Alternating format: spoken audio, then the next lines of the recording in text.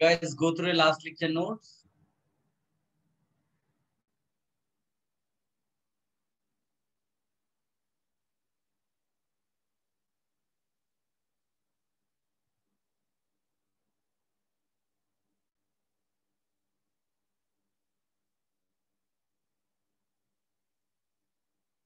Any doubts? Last lecture notes.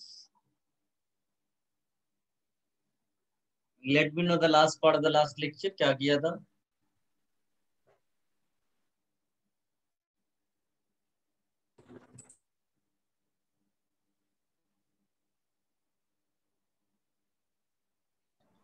Sir वो structures of substrate कर रहे थे सर। स्ट्रक्चर ऑफ सबस्ट्रेट में हमने अनएक्सपेक्टेड प्रोडक्ट्स कर लिया क्या? हाँ सर वही कर रहे थे, 3 किया था, 4th वन बाकी। वो साइक्लिक वाला नहीं किया था? सर साइक्लिक वाला ही लास्ट किया था, 5 मेंबर्ड रिंग से 6 मेंबर्ड बनता है। हाँ बस वही लास्ट था, फिर कौन सा था? बच गया। नहीं सर, वो बोल रहा था कि आपने एग्जाम्पल 4 दिए थे, आपने उसमें से 3 एक्सप्लेन किए थे। चौथा कौन सा था? सर चौथा वो स्टेरिक वाला था, मतलब पॉसिबल ही नहीं था रिएक्शन। पता नहीं कौन सा पॉसिबल नहीं था, मुझे नहीं मालूम है। बाकी सारे बैचेस में लास्ट कंपाउंड वो साइकिल, जो भी मैं बैचेस ले रहा हूँ, और वो एक्सप्लेन किया होगा तो दैट इज फाइन, खत्म हो गया इसका। सर उसमें आपने एक चीज बोली थी कि this is a special case where plus is outside the ring, तो हमको कैसे पता चलेगा कि वो आउटसाइड है या इनसाइड है? देख करके ये बताओ। अच्छा, ये कंपाउंड है, इसमें क्या लगता है तुमको, प्लस आउटसाइड द रिंग है कि इनसाइड है? आउटसाइड है। बस आंखों का अच्छा इस्तेमाल जो भी करेगा वो बता लेगा। बताओ इसमें कहां पर है, आउटसाइड रिंग है कि इनसाइड है? सर आउटसाइड आउटसाइड है सर, बस समझा। बस टैलेंट है तुम्हारे, आंखें बहुत अच्छी है बेटा, बहुत अच्छी आंखें। क्लियर है सबको? Yes, और sir. कोई कंफ्यूजन या डाउट, या फिर आगे बढ़े?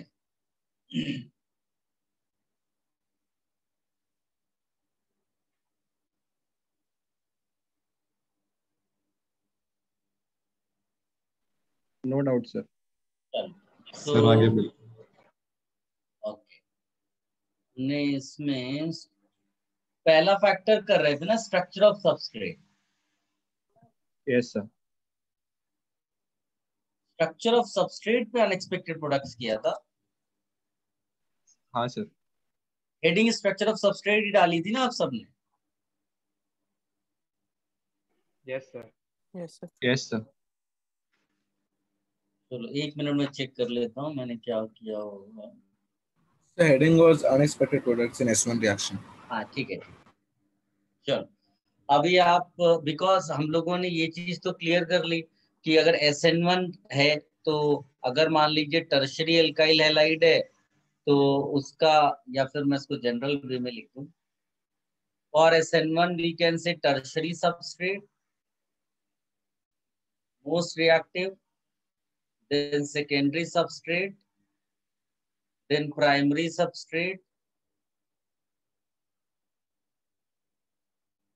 then methyl। ठीक है, SN2 के लिए, SN2 के लिए उल्टा, methyl substrate, then primary substrate,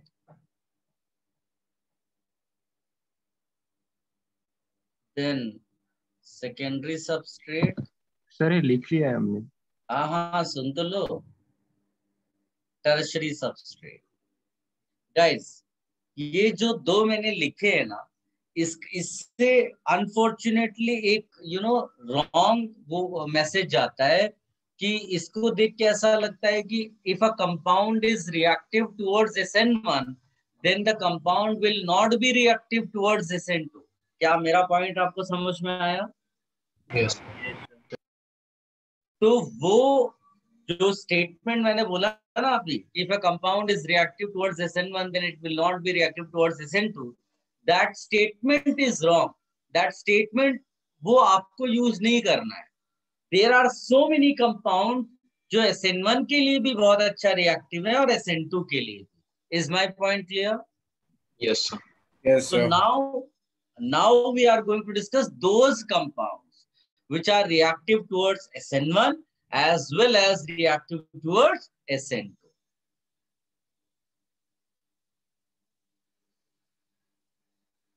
heading आप ऐसा ही डालकर रखिएगा, compounds which are reactive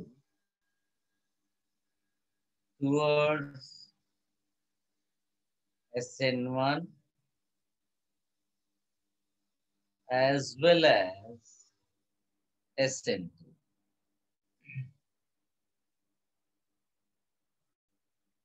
ठीक है, और उसमें सबसे पहले हम लोग स्टार्ट करेंगे, एक बहुत ही पॉपुलर कंपाउंड है,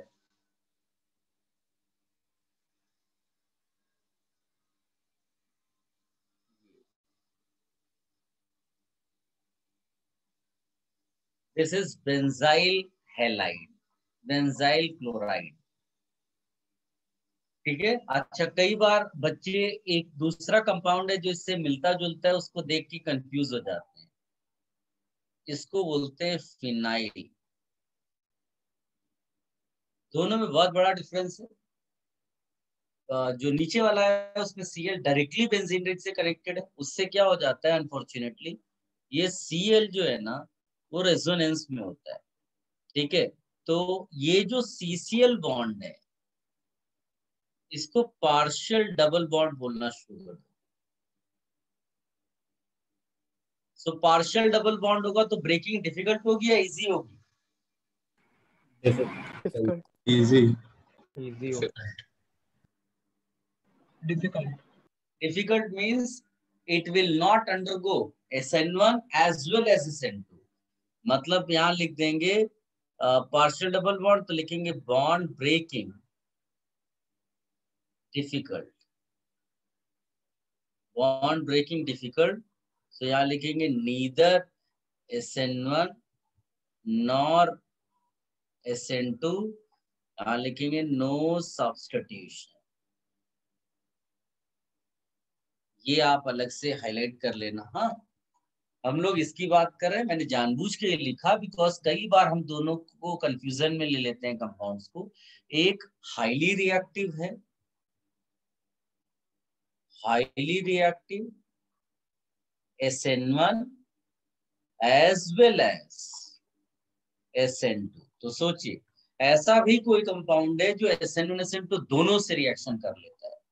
तो हम लोग सबसे पहले यहां लिखेंगे YSN1, YSN1। तो SN1 का एक्सप्लेनेशन क्या होता है? Right carbocation and check stability. This is the way we prove that a compound will undergo SN1 reaction. तो इसमें कार्बोकेटायन क्या बनाएंगे हम लोग? yes. क्या ये स्टेबलाइज हो रहा है? आप बोलोगे yes, it is stabilized by resonance. ठीक है, सो बस मोर स्टेबल तो मोर रेट, यही फंडा था, पहले से हम लिखते आ रहे हैं। ठीक, तो SN1 हमने प्रूफ कर दिया। अब नेक्स्ट लिखेंगे YSN2। पहले आप इतना सब कॉपी कर लो। Anyone having any confusion, please ask. Sir, Yes, beta. Sir phenyl chloride की केस में स्ट्रेंथ ऑफ न्यूक्लियोफाइल पे डिपेंड नहीं करेगा क्या कि वो ब्रेक हो Strength गए? of nucleophile पे? Yes sir. नहीं, हम उसको SN1 SN2 लेते ही नहीं. No SN1, no SN2. Okay sir.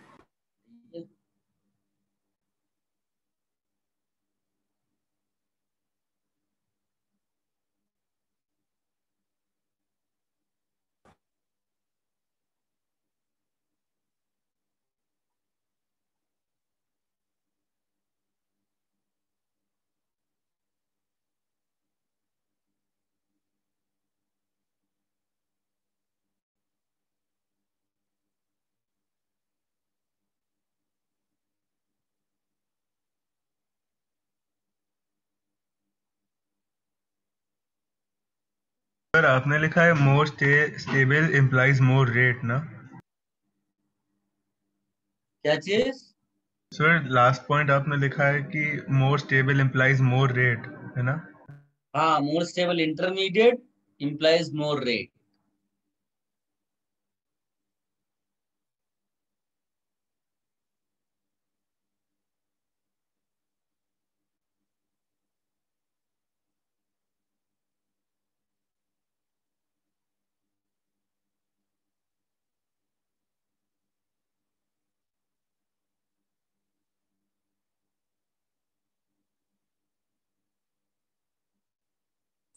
Sir वो फिनाइल क्लोराइड के एग्जांपल में नीदर SN1 नॉर SN2 उसके बाद क्या लिखा है?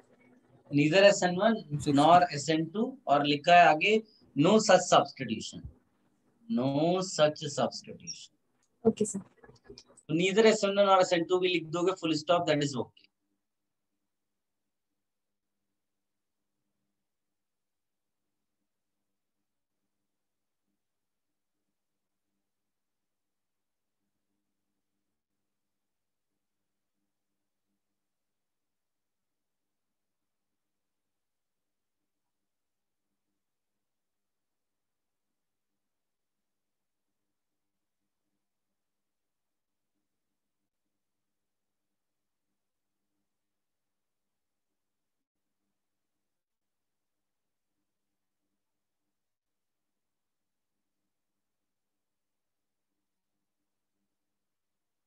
सर हम्म.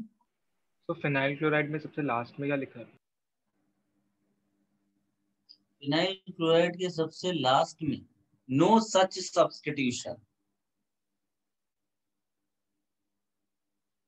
ओके. सर YSN1 के लास्ट पॉइंट क्या है? कोई हेल्प करेगा इसकी?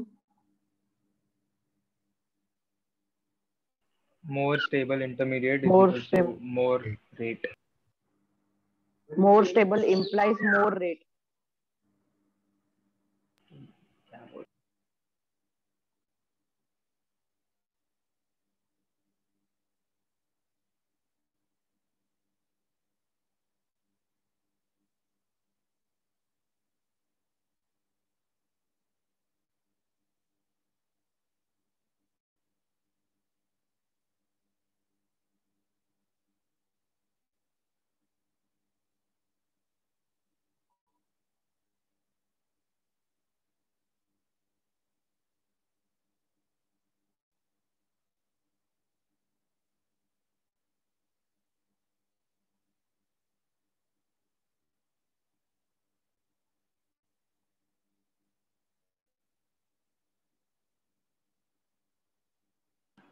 सर हो गया.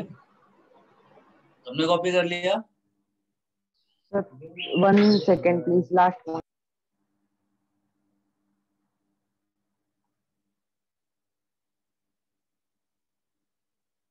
Done, sir. Okay.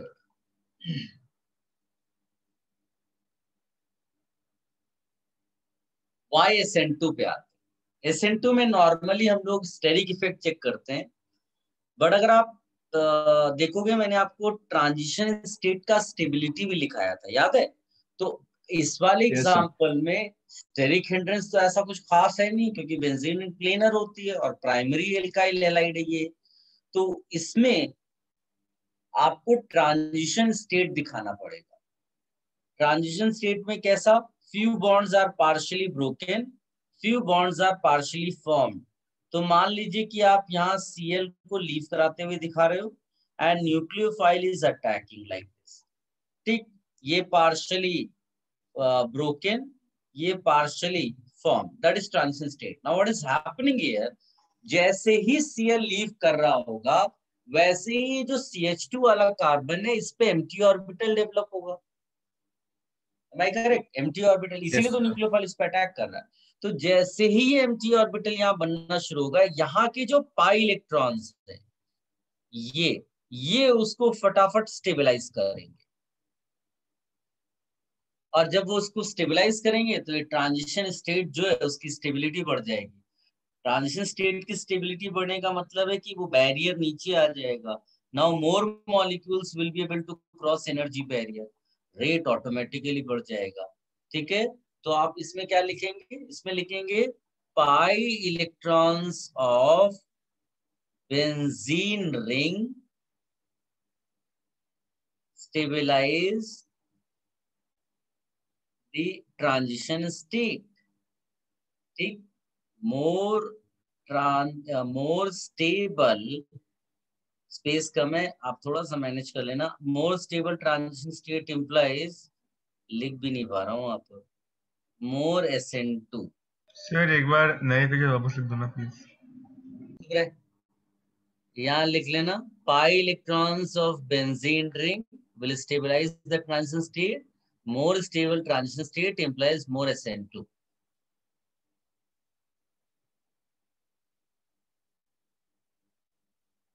Quickly copy this. Sir but अगर बेंजीन रिंग के पाई इलेक्ट्रॉन्स उसको स्टेबलाइज करेंगे तो उसे न्यूक्लियोफाइल की जरूरत क्यों पड़ेगी? न्यूक्लियोफाइल की जरूरत? अरे भाई एक बात बताओ, तुम स्नैक्स खाते हो क्या कभी कभी बीच में? हाँ या सर। तो वो क्या तुम्हारी परमानेंट भूख मिटा देते हैं? नहीं सर। नहीं, तो वो अच्छा, समझ गया। न्यूक्लियोफाइल को तो आना ही है, वो तो इंटरमीडिएट स्टेज है जहां पर वो किसी तरह से इधर उधर इलेक्ट्रॉन्स लेके जुगाड़ लगा रहा है। फिर जब न्यूक्लियोफाइल आ जाएगा पाई इलेक्ट्रॉन्स अपनी जगह पे वापस चले जाएंगे। Okay sir.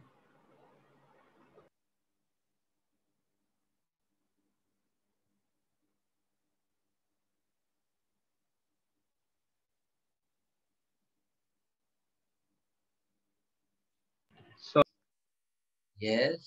सो एम्प्टी ऑर्बिटल कैसे बना? जब बेटा लीविंग ग्रुप निकल रहा होगा तो फिर कार्बन पे प्लस छोड़ के जा रहा होगा और उसका जो ऑर्बिटल है वो एम्प्टी हो रहा होगा ना, क्योंकि Cl तो दोनों इलेक्ट्रॉन लेके जाएगा बॉन्ड पे। सो बट फिर वो न्यूक्लियोफाइल भी तो आ रहा है ना, तो फिर वो आ रहा है ना, तो ट्रांजिशन स्टेट हम दिखा रहे हैं ना। हम तो ट्रांजिशन स्टेट दिखा रहे हैं।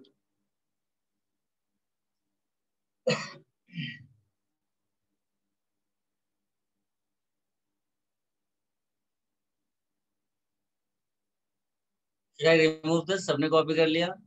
Sir please wait sir. 1 minute.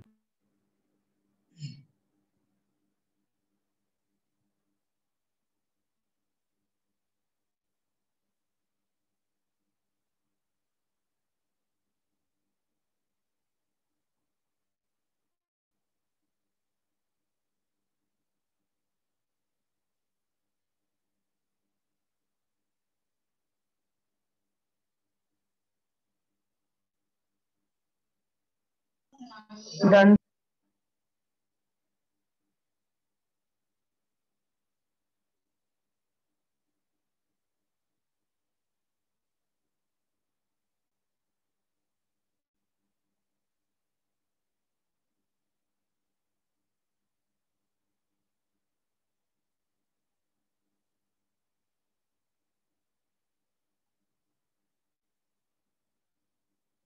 Guys, ये बेंजाइल हैलाइड था। अब इसी टाइप का एक कंपाउंड और है जिसको आप बोलते हैं allyl.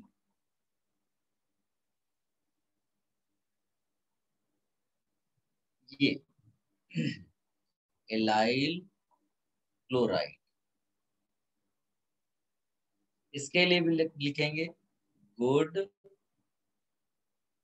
reactivity for SN1 as well as SN2। ठीक, तो मैं आपको लिखने के लिए दे रहा हूं, आप खुद लिखिए इसमें एक बार YSN1 और फिर दूसरा लिखिएगा YSN2। और यहाँ पर जैसा पहले हमने किया था, अगर उसने ऐसा दे दिया, you have to be careful. ऐसा नहीं होना चाहिए कि एक जैसा चेहरा दिखता है तो आप कंफ्यूज हो गए। यहाँ पर वही scenario, Cl lone pair resonance में जाएगा तो ये बॉन्ड कैसा हो जाएगा बेटा? Partial double. पार्शियल डबल होने से क्या होगा? Breaking becomes difficult, and breaking difficult का मतलब हो जाएगा SN1 SN2 डिफिकल्ट। हम लोग नो मानकर चलते हैं, लैंग्वेज कैसे भी लिखी हो, वो रिएक्टिविटी जब ऑर्डर पूछा जाता है तो लास्ट में लिखते हैं। ठीक है, तो इसको लिखो, यहाँ पर आप कुछ कुछ लिखो, फिर मैं एक्सप्लेन करता हूँ, देखो आपसे मैच करता है कि।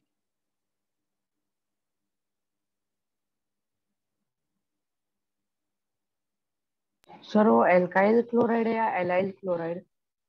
एलाइल है बेटा, ALLYL।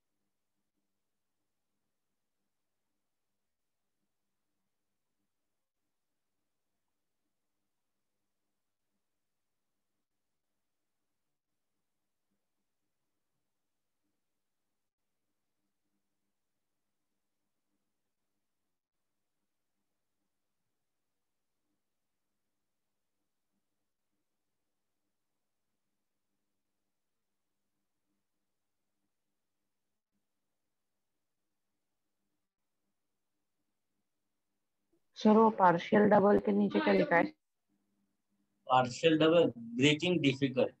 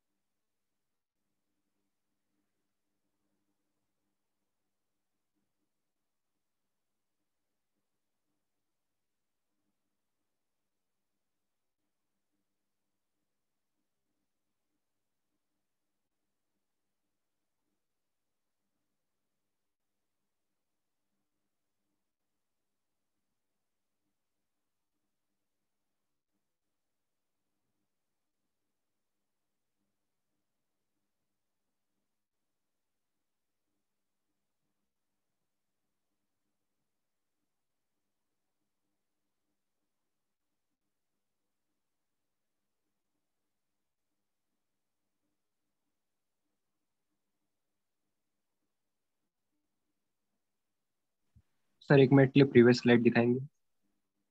ये slide, yes sir, previous slide Yes, जैसा sir. नहीं लिख पाया। उन्होंने कॉपी नहीं किया था क्या पहले?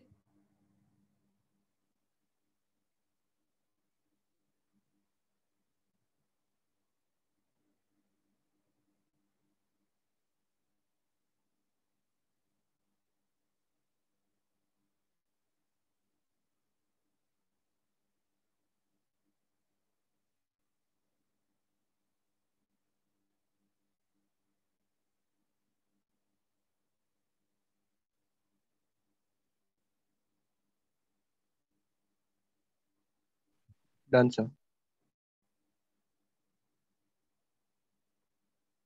सबने लिख लिया बेटा?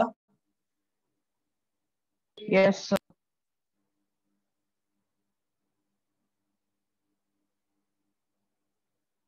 अब आप इसमें देखो,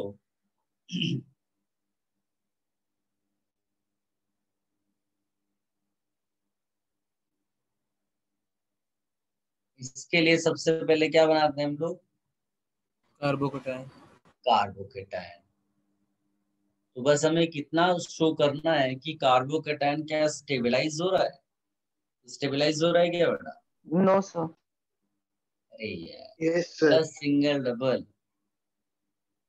कार्बोकेटायन इज रेजोनेंस स्टेबलाइज्ड।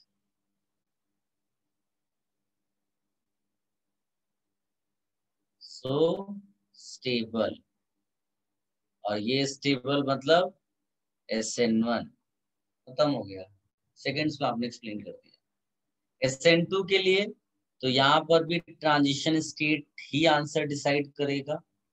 हाँ, बेंजीन जितना स्टेबलाइज कर रहा था उतना तो नहीं कर पाएगा। यहाँ पर आप न्यूक्लियोफाइल का टैग दिखा दो, सेम मैनर में पार्शियली फॉर्म्ड बोल दो, पार्शियली ब्रोकन बोल दो, Cl डेल्टा नेगेटिव दिखा दो, एंड एंटी ऑर्बिटल दिखा दिया, इधर पाई इलेक्ट्रॉन्स दिखा दिए, पाई इलेक्ट्रॉन्स स्टेबलाइज कर रहे हैं। So transition state is stabilized by pi electrons of ये, so SN। ये भी लिख लीजिए। अगर नहीं हुआ है, हो गया है तो मैं रिमूव कर देता हूँ पेज को। Sir wait sir. बोलो बेटा। सर SN2 में हम वो लिख सकते हैं कि बैक साइड अटैक बहुत इजीली हो पाएगा बिकॉज बल्कि नहीं, कुछ नहीं। बैकसाइड अटैक ट्रांजिशन स्टेट की स्टेबिलिटी से एक्सप्लेन करते हैं।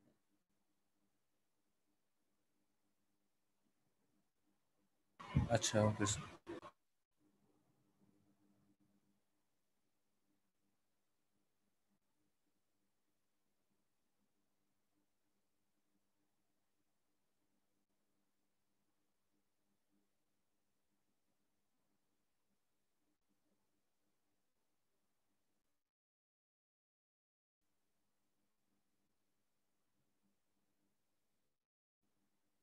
Should I remove this? Yes sir. Sir एक मिनट, So wait. इस बार इसमें हर बार ग्राफ आप जरूर दिखाना ना, इससे क्या होगा कि आप एकदम फीलिंग्स आएंगी आपको कि हाँ भाई ट्रांजिशन स्टेट कैसे इफेक्ट डाल रहा है, नहीं तो आप रिलेट नहीं कर पाओगे।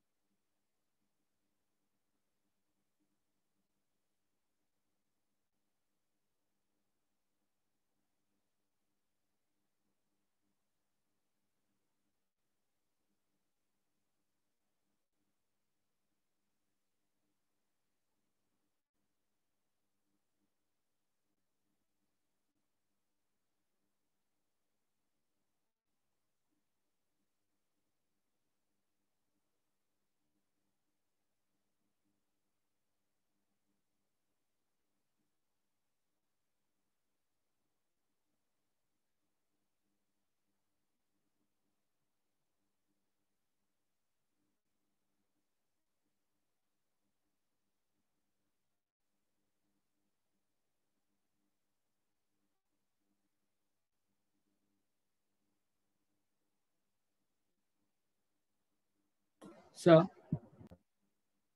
बोलो। सर इधर पार्शियल डबल बॉन्ड फॉर्म होता होगा ना, तो उसका इफेक्ट नहीं पड़ता? कहाँ पार्शियल डबल बन रहा है? सर SN1 में रेजोनेंस की वजह से। अरे तो बॉन्ड टूट चुका है ना, प्लस इधर हो या उधर हो हमें क्या लेना देना, हमें तो प्लस के साथ कोई बॉन्ड लगा देना है बस। हाँ ओके अरे बॉन्ड यहाँ पर चेंज हो रहा है ना, हमको तो इसके साथ इसके राइट में चिपकाना है। ये ये सही समझ में आया? समझा समझा sir. Shall I remove this? Yes sir.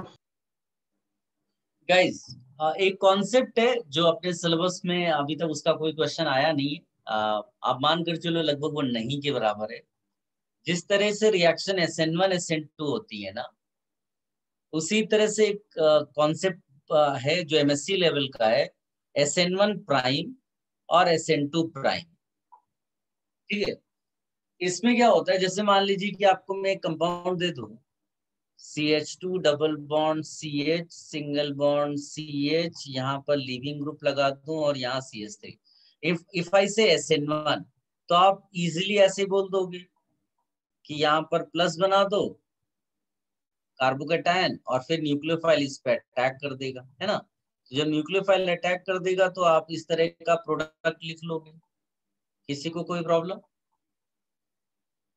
No sir. लेकिन ये रीअरेंज भी कर सकता है, कार्बोकेटायन है ना, रीअरेंज क्या मतलब रेजोनेंस शो कर सकता है। तो ये एक रेजोनेटिंग स्ट्रक्चर ये भी बना सकता है। मेरे ख्याल से इसमें भी कोई प्रॉब्लम नहीं होनी चाहिए आपको। अब न्यूक्लियोफाइल अगर इस पे अटैक करेगा तो प्रोडक्ट क्या बन जाएगा? क्या आप समझ पाए बेटा दो प्रोडक्ट कैसे बने? यस यस ठीक है। जो SN2 रिएक्शन होता उसमें कोई रीअरेंजमेंट हम नहीं लिखते हैं, यानी अगर मेरे को SN2 का प्रोडक्ट बनाना है तो मैं न्यूक्लियोफाइल यहीं पर लगाऊंगा। Am I correct? Yes sir. ठीक है।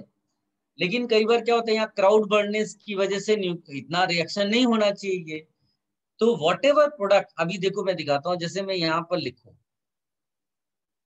मैं आपको एक नया मैकेनिज्म दिखा रहा हूं, ध्यान से देखना। न्यूक्लियोफाइल आया, उसने इस कार्बन पे अटैक किया, तो पाई इलेक्ट्रॉन्स नेचुरली यहाँ नहीं टिकेगा, कार्बन पेंटावेलेंट थोड़ी ना हो जाएगा। तो पाई इलेक्ट्रॉन्स आगे बढ़ा, जब यहाँ आगे बढ़ेगा तो कार्बन पेंटावेलेंट होगा, इसने लिविंग ग्रुप को पुश कर दिया। तो इसका मतलब आप देखोगे प्रोडक्ट क्या बनेगा, Nu will get connected with CH2, CH double bond CH, CH3, दिख रहा है? And this is happening in how many steps?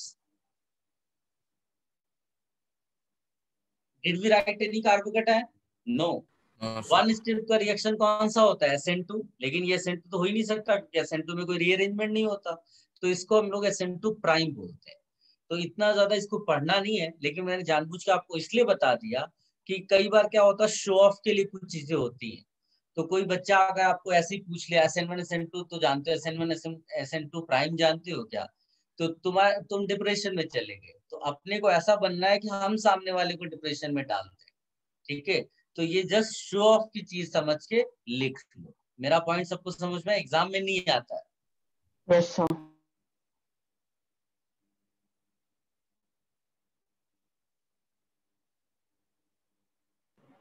Sir आप एक बार लास्ट पॉइंट रिपीट कर सकते हैं, मेरा नेट लैग कर रहा था। मैंने लास्ट में बोला था कि ये एग्जाम में नहीं आता। अच्छा ओके सर, सर बस नोट डाउन कर लेना साइड में। हाँ note down. Okay sir SN1 prime में क्या होता है?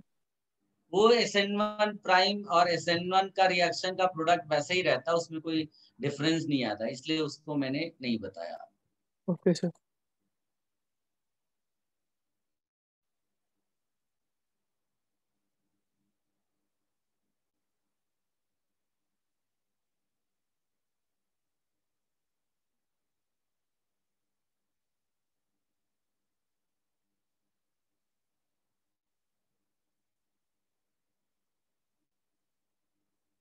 Sir done. सबने कॉपी कर लिया? No sir please wait sir. यही डन बोलता है पहले। यस सर, हर क्लास का हो गया है। हर क्लास में बोलने लगा है क्या ये? हाँ सर, बिना मतलब।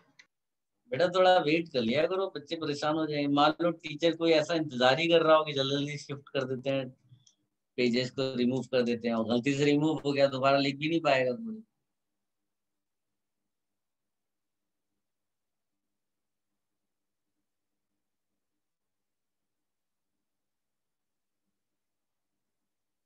सर। यस बेटा। सर फैक्टर्स खत्म हो गए क्या? प्रैक्टिस खत्म हो गया? फैक्टर्स था। क्या बोल रहा है बेटा, कोई मेरे को बताएगा? सो फैक्टर्स खत्म हो गया क्या पूछा? क्या खत्म हो गया? factors on which SN1 SN2 depend. Factors. हाँ नहीं नहीं, अरे तो पहला फैक्टर हम डिस्कस कर रहे हैं। अच्छा सर ये सब पहला फैक्टर में है ना? हाँ ये सब पहले फैक्टर के अंडर में आ रहे हैं। Should I remove this? सब सन। अरे इतना इम्पोर्टेंट नहीं है क्या, इसको इतना कॉपी कर रही?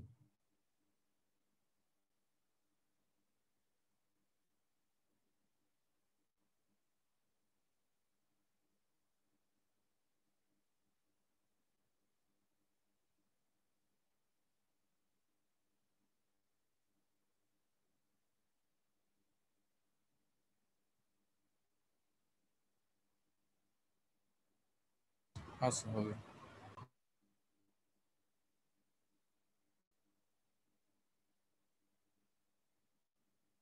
इसमें आप लिखिएगा एक और कंपाउंड है जिसकी रिएक्टिविटी इसी तरह से डिसाइड करते हैं। Let me right CH3NH, N के ऊपर लोन पेयर है, देन CH2Cl, या फिर एक दूसरा कंपाउंड लिख सकते हैं CH3O is having lone pair, then CH2Cl। ठीक है, सो ये इन दोनों के लिए लिखेंगे high reactivity for SN1 as well as SN2, दोनों के लिए हाई रिएक्टिविटी। ठीक है, तो इसमें भी हम लोग इसको थोड़ा सा लिख लेते हैं अच्छे से। सबसे पहले YSN1। ठीक है, तो SN1 के लिए हम क्या करेंगे, carbocation. So like if I write CH3NH CH2 plus, तो if you recall ये 6th केस रेजोनेंस है, क्या याद है? यस 6th केस रेजोनेंस में क्या होता है कि लोन एक पेयर एटम के ऊपर लोन पेयर होता है और एक एटम एम्प्टी ऑर्बिटल वाला होता है। ठीक है, ये आपस में जो बैक बॉन्डिंग टाइप का कॉन्सेप्ट होता है उसको हम लोग रेजोनेंस बोलते हैं। तो because of that carbocation is stabilized and this resonance is very strong as compared to other। यहाँ पर जो स्टेबलाइजेशन होता है वो बहुत ज्यादा होता है, तो जो SN1 होता है रेट हाई। क्या आप समझ पाए बेटा सब लोग? Yes sir. किसी को कोई डाउट कंफ्यूजन? कॉपी कर लो पहले इतना।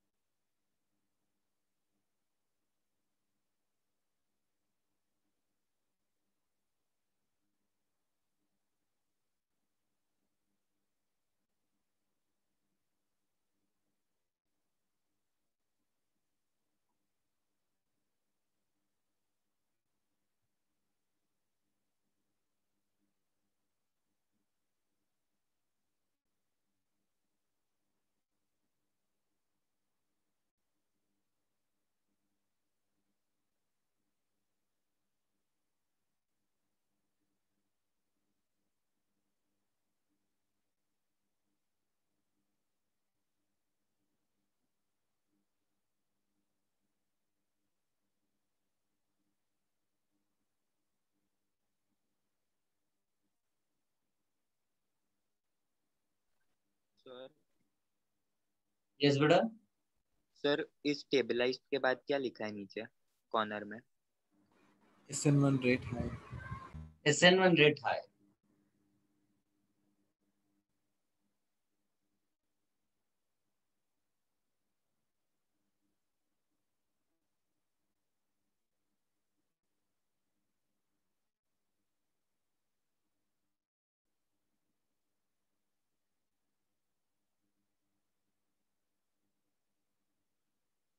डन। सर एक मिनट,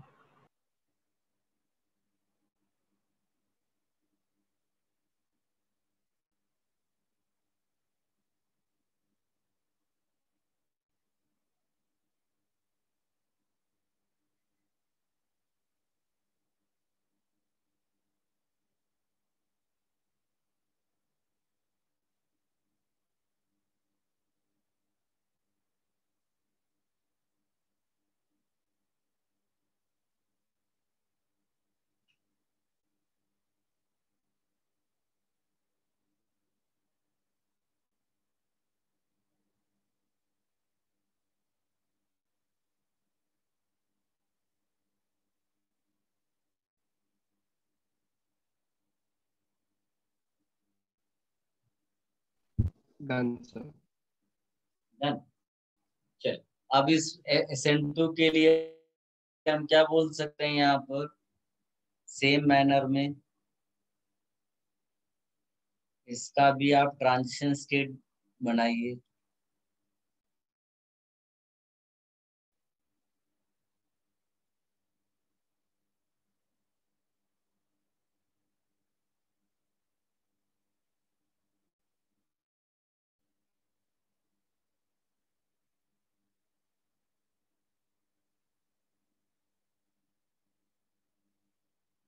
यहाँ पर क्या बोलेंगे, transition state is getting stabilized bye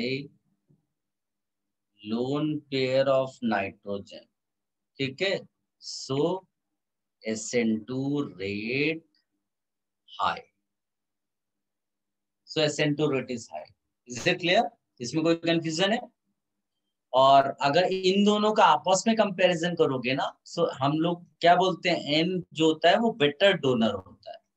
तो अगर इन दोनों का आपस में कंपेयर करोगे तो इसका रेट ज्यादा होगा दोनों के लिए, SN1 हो चाहे वो SN2। ठीक है, इसको भी कॉपी कर लो।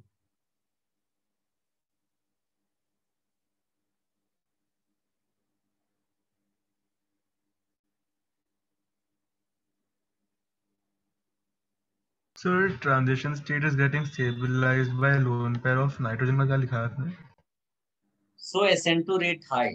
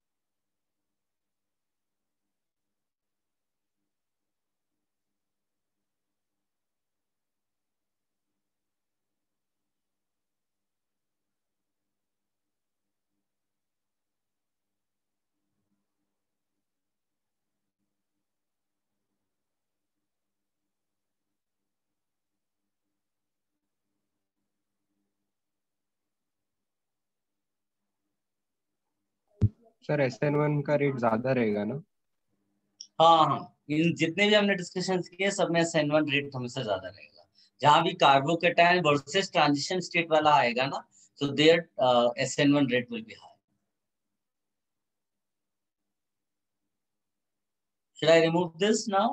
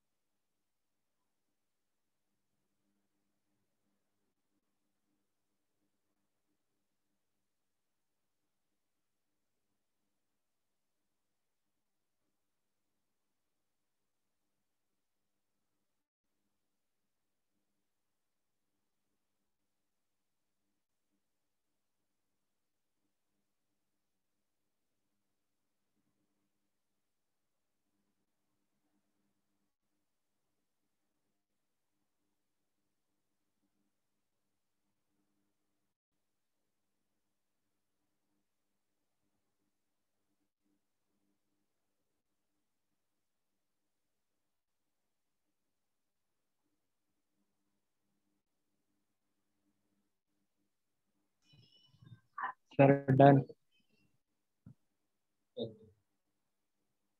देखिए, एक एक्सेप्शनल सा कंपाउंड है, एक्सप्लेनेशन थोड़ा सा उसका मतलब आउट ऑफ सिलेबस आप बोल सकते हैं। एक कंपाउंड है जिसका रिएक्टिविटी SN2 के लिए बहुत ही ज्यादा है। ये इसको जनरल मैनर में आपको लिखना है तो आप ऐसा दिखा सकते हो। ठीक है, तो इसमें ऐसा बोला जाता है कि इसकी रिएक्टिविटी, ये देखो SN1 के लिए तो ये बहुत ही कम रिएक्टिव है। ठीक है, तो आप इसको लिखेंगे for SN1 reactivity is poor. क्यों इसकी रिएक्टिविटी पुअर है? बिकॉज कार्बोकेटायन जो है, carbocation is destabilized by electron withdrawing group C double bond. तो SN1 के लिए तो रिएक्टिविटी पुअर है। SN2 के लिए reactivity is very very very high, very very very good reactive.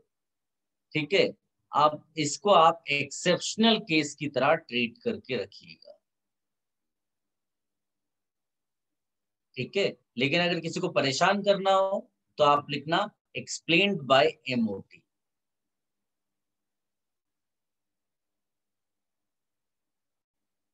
इसको भी लिख लो अपने नोट्स में आप।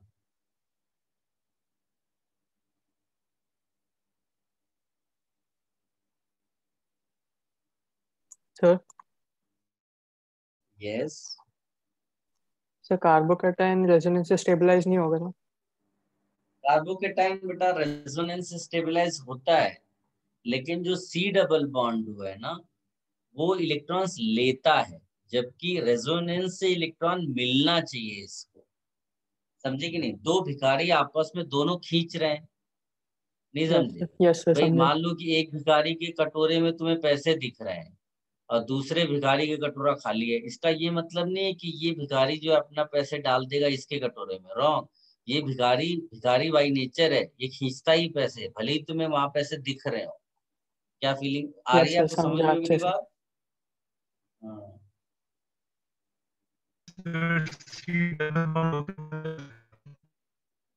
बेटा तुम्हारी आवाज, तुम्हारा इंटरनेट बहुत खराब है यार, तुम चेंज कराओ वाईफाई। खराब है ना, क्या करूं? क्या चीज खराब है? बंद है, हॉटस्पॉट पे हूं। Okay. C double bond O के बाद क्या लिखा है लास्ट लाइन में, वो पूछ रहा था। C double bond EWG electron withdrawing. Sir वो G है या S? EWG है, electron withdrawing group. Sir EWG के नीचे में ड्रॉ क्या किया है? वो एक्चुअली पूछ रहा था ना अभी बच्चा, तो भिखारी भिखारी में समझा रहा था, उसको इग्नोर कर दो। इलेक्ट्रॉन चेंज है C।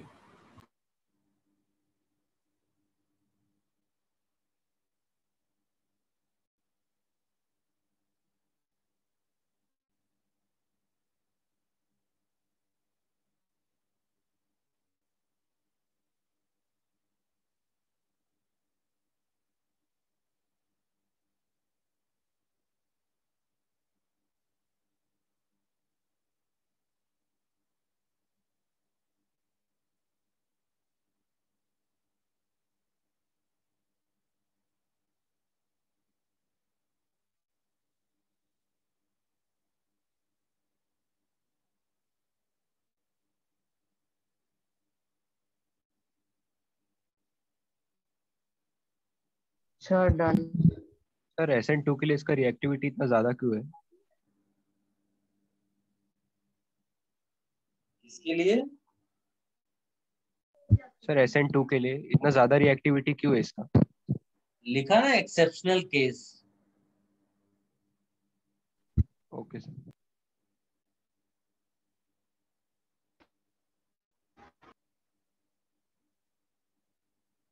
वैसे लिख दिया मैंने MOT। अभी मैं बताना शुरू करूंगा तो आप फिर कंफ्यूज हो जाओगे, इसलिए मैंने वो नाम ही नहीं लिया। इसमें जो इसका पाई बॉन्ड होता है, जो पाई मॉलिक्यूलर ऑर्बिटल होता है, ये इसके सिग्मा मॉलिक्यूलर ऑर्बिटल के साथ कंबाइन करके एक लोअर मॉलिक्यूलर ऑर्बिटल जनरेट करता है। एंड वो lower molecular orbital antibonding molecular orbital can easily accept electron pair donated by nucleophile. तो that is why this is highly reactive. क्या समझ में आया? सर अच्छा हुआ नहीं बताया। इसीलिए तो मैंने यहाँ एक्सेप्शनल केस लिखा है। अगर पूछ भी लेगा तो एमओटी लिखा है ना, मान लो उसने बोला ऑर्बिटल, और जैसे मैंने अभी उल्टा सीधा बोला तुमको समझ में नहीं आया, ऐसा अगर स्टेटमेंट में भी लिखा होगा तो तुम इतना तो समझ लोगे ना, कुछ एमओटी के बारे में ही बताना चाहता है तो टिक कर देना। Okay sir. वैसे पूछेगा नहीं, मैं बता रहा हूँ कि अगर बाई चांस ऐसा हो भी गया तो यू नो क्या अभी कुछ ऑर्बिटल डायग्राम के बेसिस पे एक्सप्लेन करना है। Should I remove this? Yes. Guys, now whatever we have studied, मैं उसको टेबल के फॉर्म में आपको बनाकर दे रहा हूँ। हाँ, तो उससे क्या होगा कि आपको फ्यूचर में वो सब रिवाइज करने में बड़ा हेल्प होगा। तो आप टेबल जो है पहला कॉलम आप बनाइएगा कंपाउंड, कंपाउंड, फिर आप लिखिएगा SN1, फिर आप लिखिएगा SN2 रेट,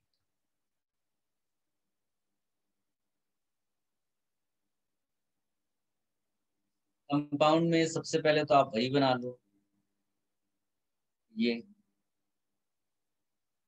तो इसके लिए हम लोग क्या लिखेंगे, SN1 के लिए लिखेंगे पुअर, SN2 के लिए क्या लिखेंगे, वेरी वेरी वेरी गुड।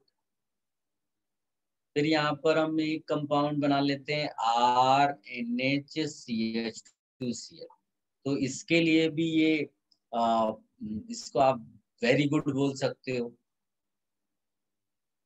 ठीक है, ये इसके लिए भी आप वेरी वेरी गुड बोल दो।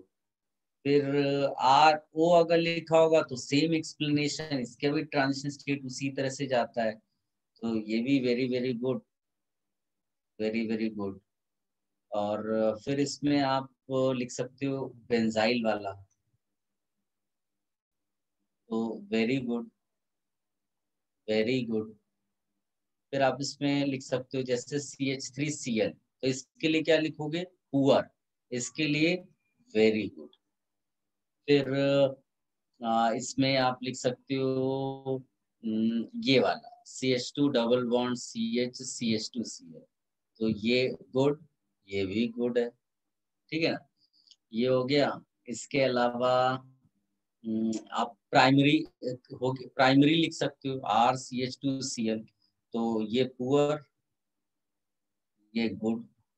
फिर आप सेकेंडरी लिख सकते हो R2CHCl, ये फेयर, मतलब दोनों ही ऐसा, दोनों में कोई ऐसा खास ऐसा ज्यादा भी नहीं है कम भी नहीं है, हाँ, तो that is why I have written fair.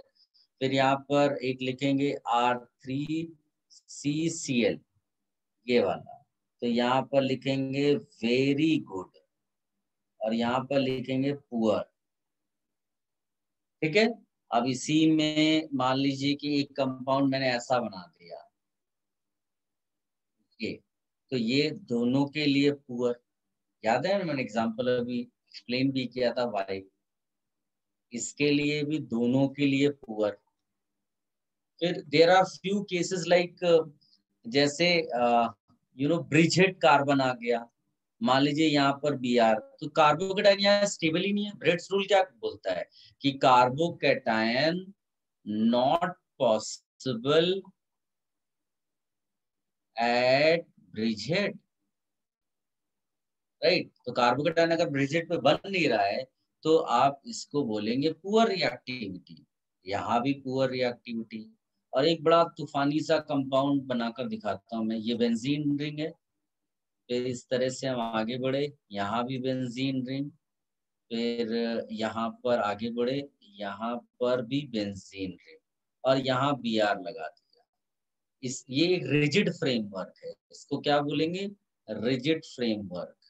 तो ये ना तो SN1 देगा ना SN2 देगा, कार्बोकेटायन बन नहीं पाएगा, और SN2 तो वही बैक साइड अटैक पॉसिबल ही नहीं था, रिजिड फ्रेमवर्क का फ्लेक्सिबिलिटी नहीं है उसके पास, ठीक है। तो ये कॉपी कर लो।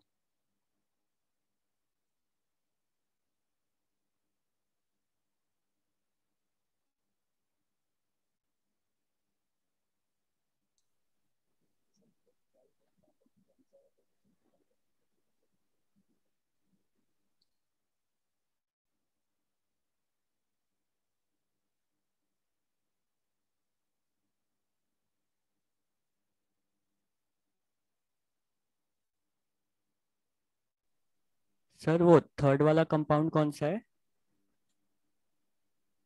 थर्ड ROCH2Cl, NH के बदले O लगा दो।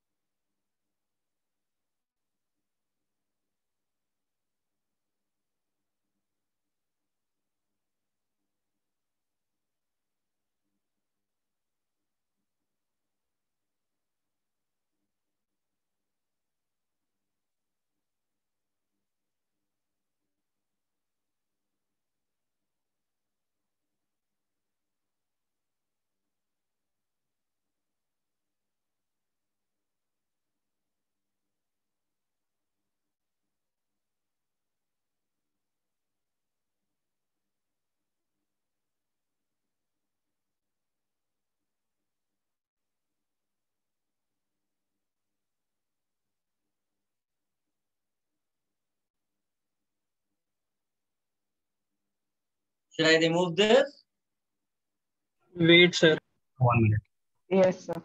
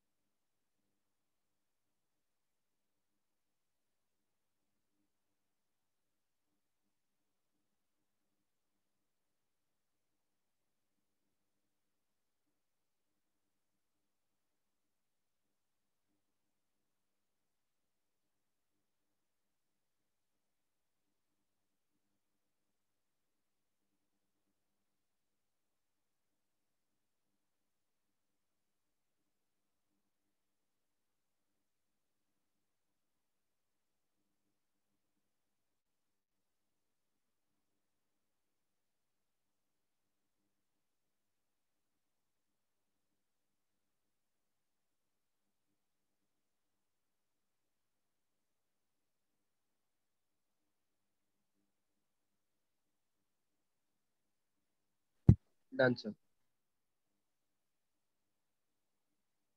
So सिर्फ 10 seconds और।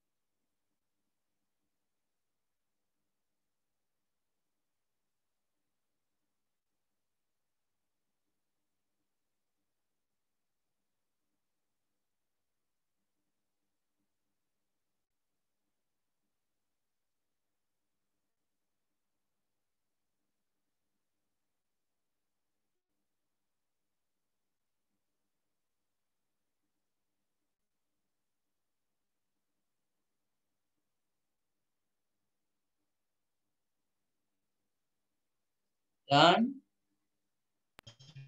Yes, sir. So wait.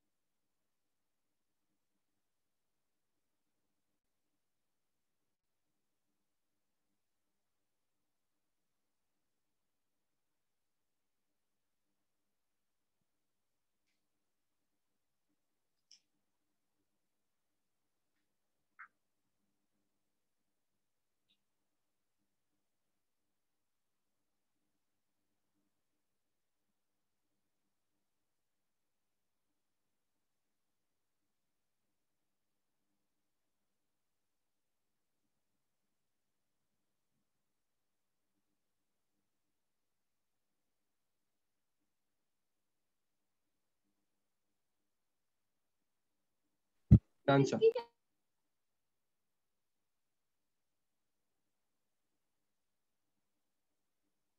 चलिए, तो फर्स्ट फैक्टर आपका फिनिश हो गया, स्ट्रक्चर ऑफ सबस्ट्रेट। अब आप लिखिएगा सेकेंड फैक्टर जो है concentration and strength of nucleophile. Concentration and strength of nucleophile. पहले तो एक स्टेटमेंट लिखो बेटा, क्योंकि वो स्टेटमेंट आपको डायरेक्टली एग्जाम्स में यूज करना है, क्वेश्चंस में यूज करना है। अगर आपको जो एक्सप्लेनेशन है वो समझ में ना भी आए तो इट्स ओके, डायरेक्टली स्टेटमेंट पे ही क्वेश्चंस बनते हैं। So please right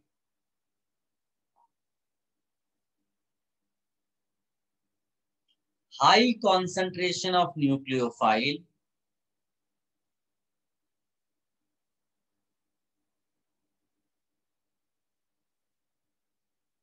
and stronger nucleophiles favor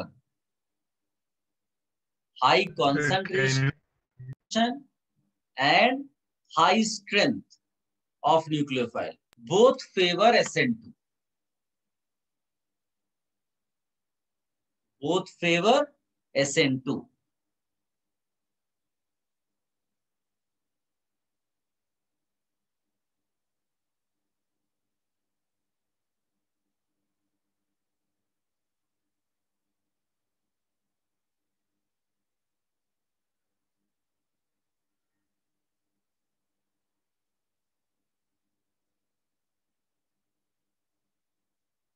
फिर नीचे लिखिएगा SN1 reaction is independent of concentration of nucleophile. SN1 reaction is independent of concentration of nucleophile. SN1 reaction is independent of concentration of nucleophile. और फिर इसी में लिखिएगा weak nucleophiles favor SN1. Weak nucleophiles favor SN1. देखो बेटा, अगर मैं आपसे बोलूं SN1 रिएक्शन, तो इसके लिए रेट एक्सप्रेशन क्या होता है? K times concentration of substrate, है ना? क्या इसमें कॉन्सेंट्रेशन ऑफ न्यूक्लियोफाइल है क्या? इसका मतलब है कि SN1 is independent of concentration of nucleophile. एकदम सिंपल सी चीज बताई आपको। यहीं पर अगर SN2 दिया होता तो रेट एक्सप्रेशन क्या होता? Substrate as well as nucleophile. तो कितना आसानी से आप बता सकते हो कि rate is directly proportional to concentration of nucleophile. जितना ज्यादा होगा कॉन्सेंट्रेशन उतना रेट ज्यादा होगा। किसी को कोई कंफ्यूजन कॉन्सेंट्रेशन ऑफ न्यूक्लियोफाइल से रिलेटेड?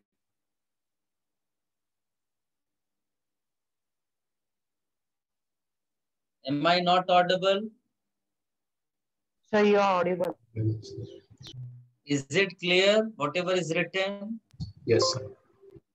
Yes. अब आते हैं स्ट्रेंथ पे। आप इसको ध्यान से सुनना, मैं इसका कोई स्टेटमेंट नहीं लिखाऊंगा। अगर आपको समझ में आता है तो इट्स ओके, नहीं तो कोई बात नहीं। गाइस ध्यान से देखो, मान लीजिए कि यहाँ न्यूक्लियोफाइल है, लेट अस से ये न्यूक्लियोफाइल वीक है, और एक दूसरी सिचुएशन लेता हूं जिसमें ये न्यूक्लियोफाइल स्ट्रांग है। ये दिख रहा है तुम्हें पोलर बॉन्ड R पे प्लस है, यानी यही इलेक्ट्रॉन डेफिशिएंट साइट है, यहाँ पर ये इलेक्ट्रॉन डेफिशिएंट साइट है, तो इसी को अटैक करना है।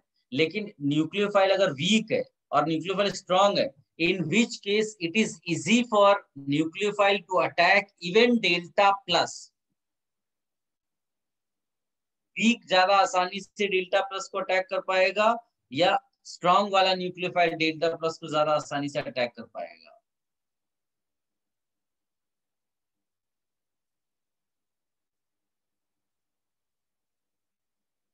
स्ट्रॉन्ग वाला। स्ट्रांग वाला। तो इसीलिए ये डायरेक्ट अटैक होता है और ये वन स्टेप प्रोसेस हो जाता है, और वन स्टेप प्रोसेस का मतलब ये SN2। But in this case since nucleophile is not able to attack, दोनों, ये भी एक वीकर हो गया साइड बिकॉज डेल्टा प्लस है, और ये भी वीकर है। So first RCl will give R plus, then nucleophile will be able to attack. So a carbocation formation means which mechanism? SN1. So this way we explain why strong nucleophiles favor SN2 and why weak nucleophiles favor SN1. ये छोटी C point थे। किसी को कोई confusion तो you ask, otherwise ये भी factor खत्म। Now third factor.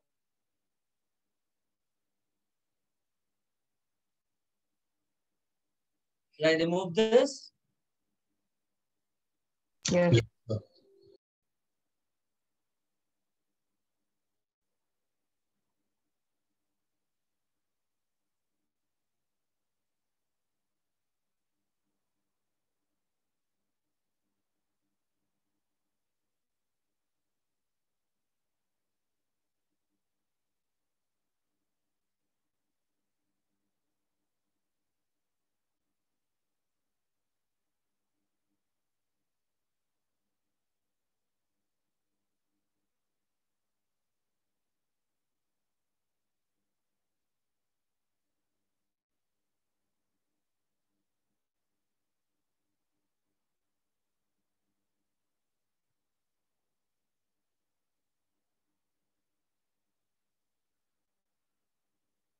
Guys, now next fact.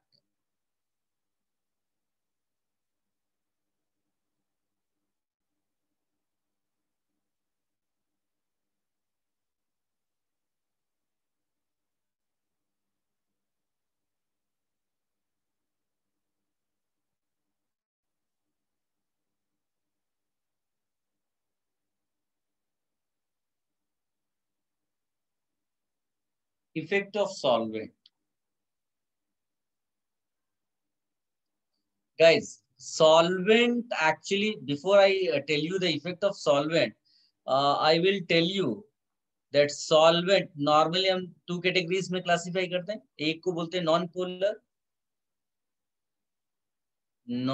Polar solvent, और एक को बोलते हैं polar solvent. Non polar solvent में जैसे CCl4 हो गया, carbon tetrachloride, even benzene ring हो गई, साइक्लोहेक्सेन आप ले सकते हो, ये सब नॉन पोलर की कैटेगरी में आते हैं। ठीक है, अब ये जो हमारा SN1 SN2 रिएक्शंस हैं, here we use चार्जेस वाले जो सॉल्यूट्स होते हैं, तो उनके लिए कैसा सॉल्वेंट रिक्वायर्ड है? Polar. Non polar can not be use, तो हम लोग SN1 SN2 के लिए पोलर सॉल्वेंट यूज करेंगे।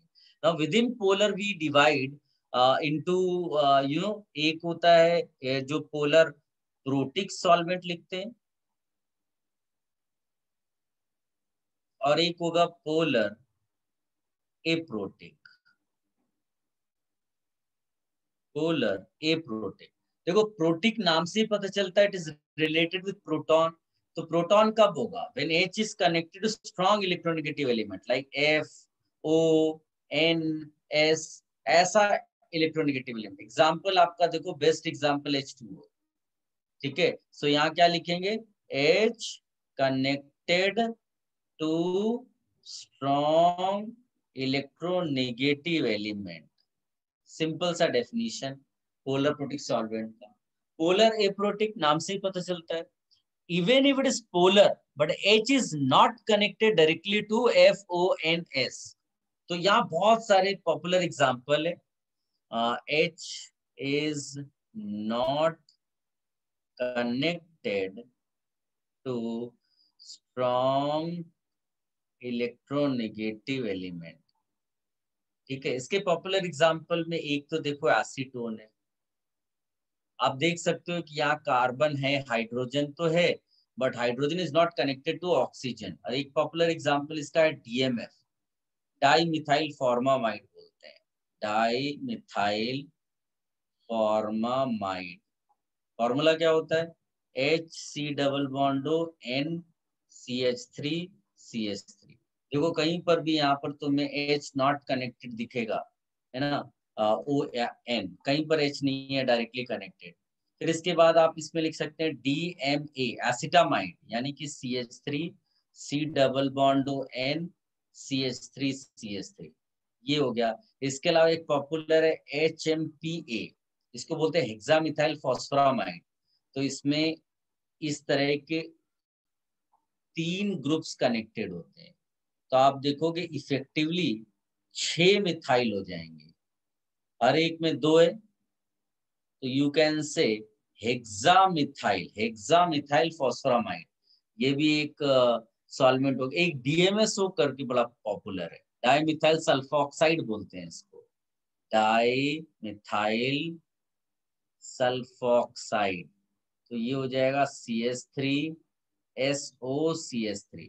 तो ये भी आप कॉपी कर लो। ये सब पोलर एप्रोटिक सॉल्वेंट्स की एग्जांपल है, बहुत इंपॉर्टेंट है, सीधे आपको यहाँ पर इस तरह से क्वेश्चंस मिलेंगे। तो इसको पहले तो आप कॉपी कर लो, कॉपी हो जाए तो बताइए आप।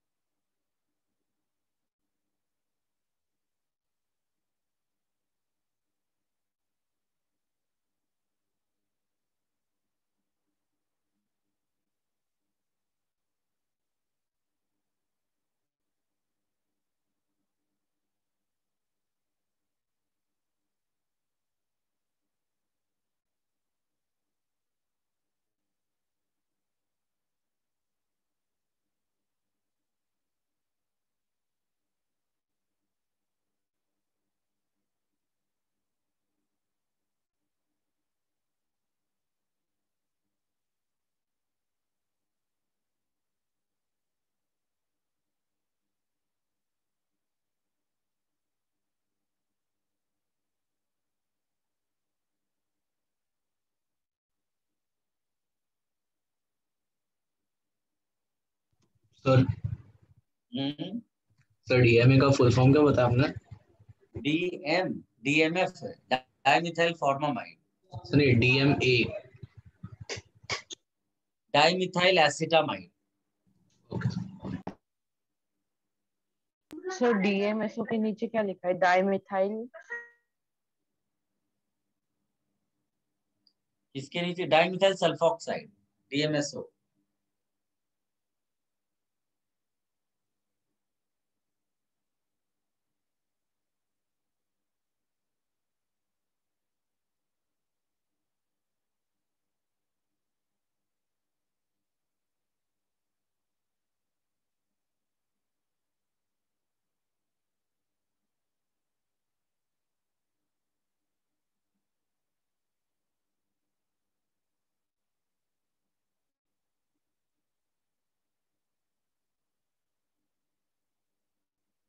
Sir HMF।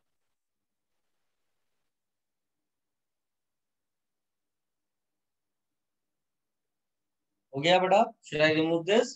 सर HMPA का full form? Hexamethyl फॉस्फोरामाइड।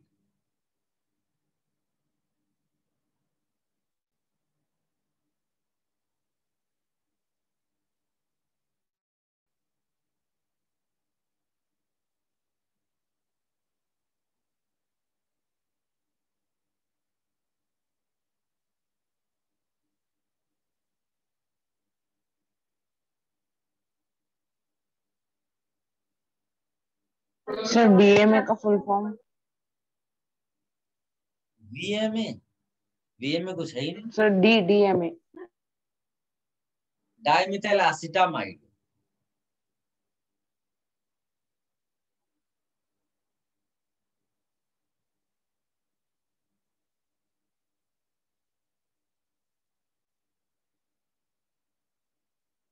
Thank you sir.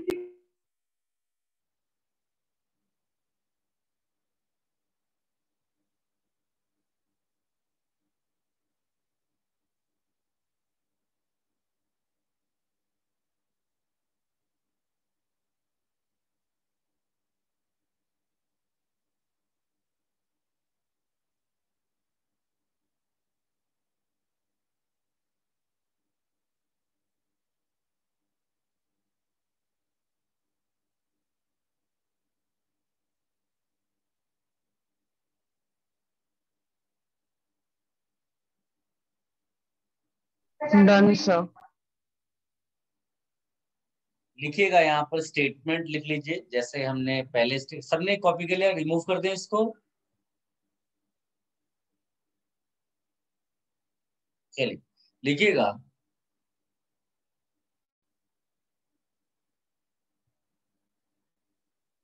Polar protic solvents, polar protic solvents favor, polar protic solvents favor, polar protic solvents favor SN1 reaction, polar protic solvents favor SN1 reaction, and polar aprotic solvents favor SN2 reaction. Polar aprotic solvents favor SN2 reaction. देखिए होता क्या है कि SN1 reaction में आपको carbocation मिलता है like this. So carbocation में प्लस चार्ज होता है, और अगर पोलर प्रोटिक सॉल्वेंट तुमने लिया है तो उसका जो निगेटिव पोल है that will be strong. Polar protic है तो भाई चार्जेस ज्यादा स्ट्रॉन्ग होंगे, that will surround R plus. As a result what will happen, R plus की स्टेबिलिटी बढ़ जाएगी, यानी R प्लस को सॉल्वेशन मिल जाता है। इसको क्या बोलते हैं? सॉल्वेशन। तो सॉल्वेशन से क्या होगा? Stability of R plus increases, और स्टेबिलिटी बढ़ जाएगी तो SN1 का रेट इंक्रीज कर जाएगा। पोलर एप्रोटिक सॉल्वेंट होता तो नेगेटिव पोल वगैरह इतना स्ट्रांग नहीं होता, तो ये सॉल्वेशन इतना ज्यादा नहीं होता। सॉल्वेशन ज्यादा नहीं होगा तो स्टेबिलिटी ऑफ R प्लस ज्यादा नहीं होगी, SN1 रेट ज्यादा नहीं होगा। ये आप कॉपी कर लो बेटा।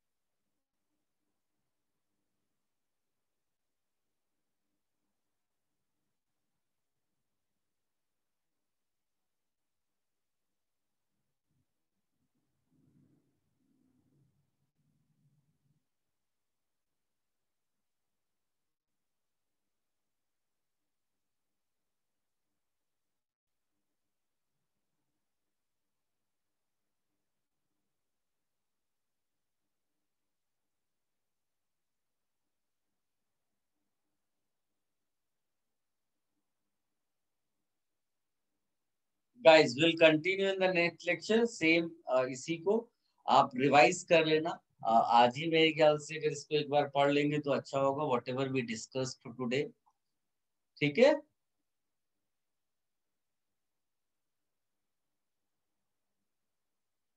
Yes, sir.